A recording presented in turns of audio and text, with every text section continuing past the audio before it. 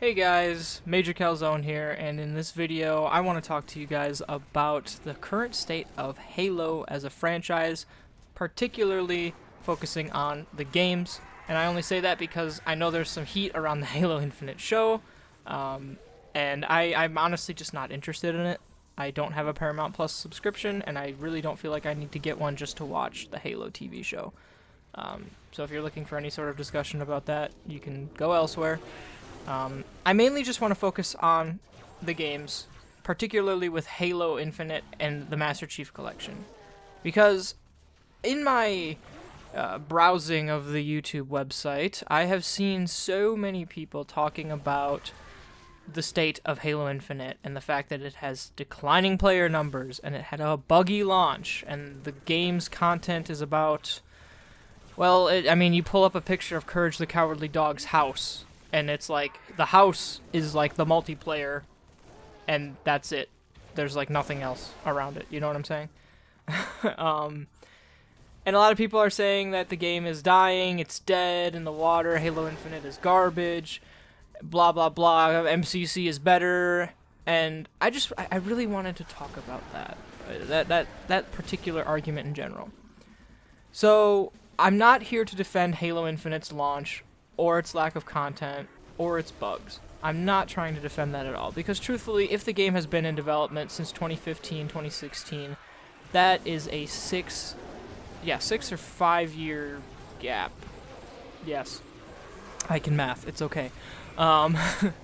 So, for a game to be in development that long, it doesn't compute that it would launch with such little content and as buggy as it is.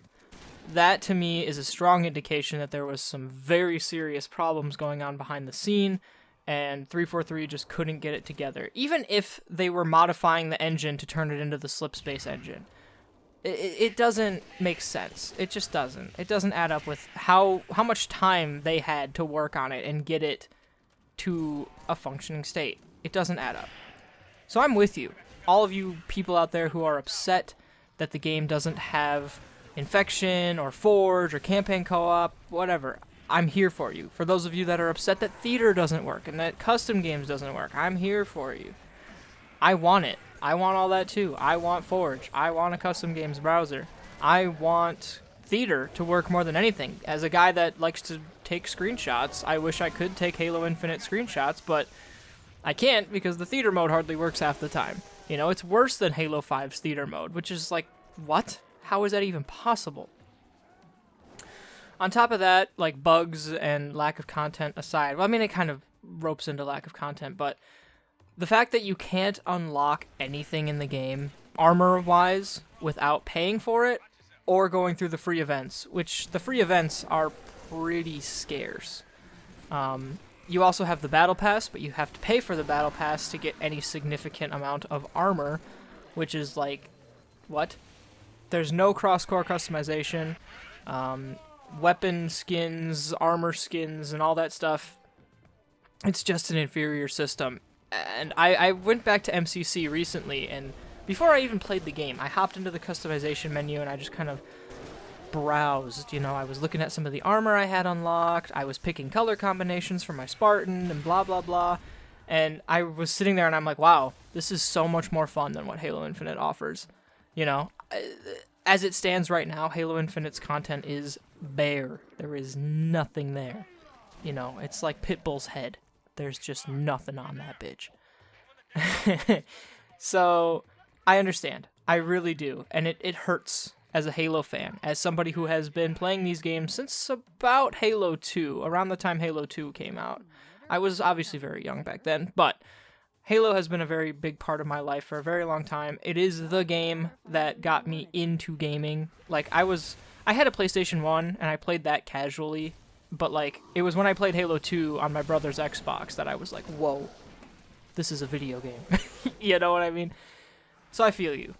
And so, when a lot of people talk about this lack of content in Halo Infinite, a lot of them point back to the Master Chief Collection, and they say, there's your content, you know? Pick up the Master Chief Collection for...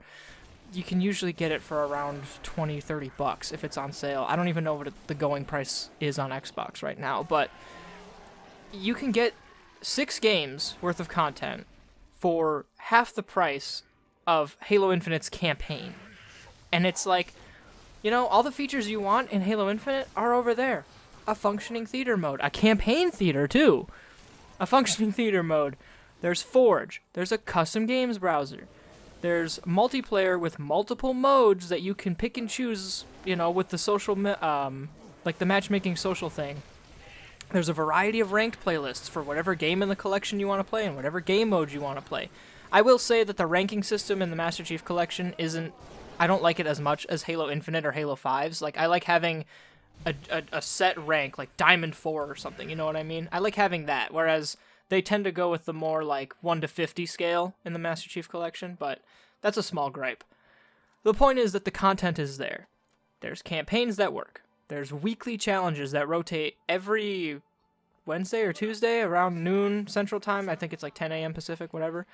So there's always a reason to come back and play the Master Chief Collection. On top of that, there's customization options. There's 8 battle passes in the Master Chief Collection that you can unlock content for various games that allow you to customize your character however you like. There's color selection, so you don't have to worry about armor coatings. You can just pick whatever colors you want. It's awesome. It's great. We're having fun on the Master Chief Collection, ladies and gentlemen. There is one problem, though, and maybe this is just me, but I'm sure there are other people out there who feel this way too. I have been supporting the Master Chief Collection pretty much since its launch. When I bought my first Xbox One, it came with a digital download code for the Master Chief Collection back in 2014. And goddamn, the Master Chief Collection was dog back then. If you were there, you know about it. And it wasn't until, I think about 2019, I want to say the spring of 2019, that they were like, hey, with the Xbox One X coming out, we're going to go back and fix the Master Chief Collection. And then late 2019, they announced that it was coming to PC and that Halo Reach was coming to the collection. And ever since that announcement, ever since it released in December 2019 on PC with Halo Reach, the Master Chief Collection has steadily grown. So, say it released in the winter of 2019. By the winter of 2021, all the games were in the collection. It was on PC, and I believe the custom games browser was in at that point. Yeah, it definitely was in at that point. So, the Master Chief Collection, in the span of, at this point, 3 years, has gone from a broken, buggy mess to a feature-rich, content-rich game that, while it still has bugs, nothing compared to what Halo Infinite has. Nothing. So, I ask you, though, or the point I was originally trying to make here, is that since I've been playing the Master Chief Collection since 2014, I have been playing at least the core 4, Halo 1, 2, 3, and 4, in the Master Chief Collection for pretty much that entire 8-year span. Obviously, we got ODST in there at one point, and then we also got Halo Reach when it came to PC, but I've been playing pretty much the same 4 games at least for 8 years already, There was a time I dabbled in Halo 5, and I loved Halo 5, and that game had a glow-up too. When that launched, it was buggy and had no content, but if you look at it now, it's got a custom games browser, it's got a good Forge mode, the theater mode is still fucking broken, but whatever. And it's there, It's there. The game is in a state where it's playable and it's enjoyable. I don't think anybody wants to play Halo 5 anymore, but, it's there. It's doable. It's playable. And so, I think it's the long dev cycle, the glow up of the Master Chief Collection and Halo 5, that people had expectations built up for Infinite to not repeat the sins of the past. People didn't want it to have a buggy launch. They wanted it to have a lot of content right out the gate, and it just didn't. It just didn't. I dusted off my sign, for the protests of Infection not being in Halo. After we did it in Halo 5, I dusted off my picket sign, and here we are. We're back at it again, trying to get 343 to add Infection back to Halo Infinite, and we don't even know when that's coming. We still haven't seen a roadmap for Halo Infinite, even though we had, 2 of them by this time with Halo 5. And it's just, I don't know.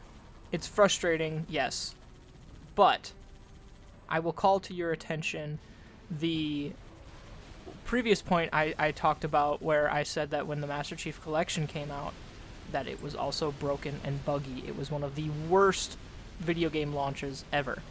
And then Cyberpunk came in, and Battlefield 2042 came along and said, hold my beer, or hold our beers. But, you know, these things are going to take time. As tragic as it is, it's going to take time. A year from now, Infinite's going to be in a spot that is, you know, so much better than it is now. In 2 years, it's going to be in such a better place. In 3 years, it's going to be probably the game we all deserved on day one. But we'll have it. It will be there. And I know that that doesn't necessarily fix the core problems of armor coatings and the progression problem. You know, that's another thing too. When I play MCC, I feel rewarded every time I do something. If I complete a mission, there's a little challenge. Hey, you completed a mission in this game. Keep going.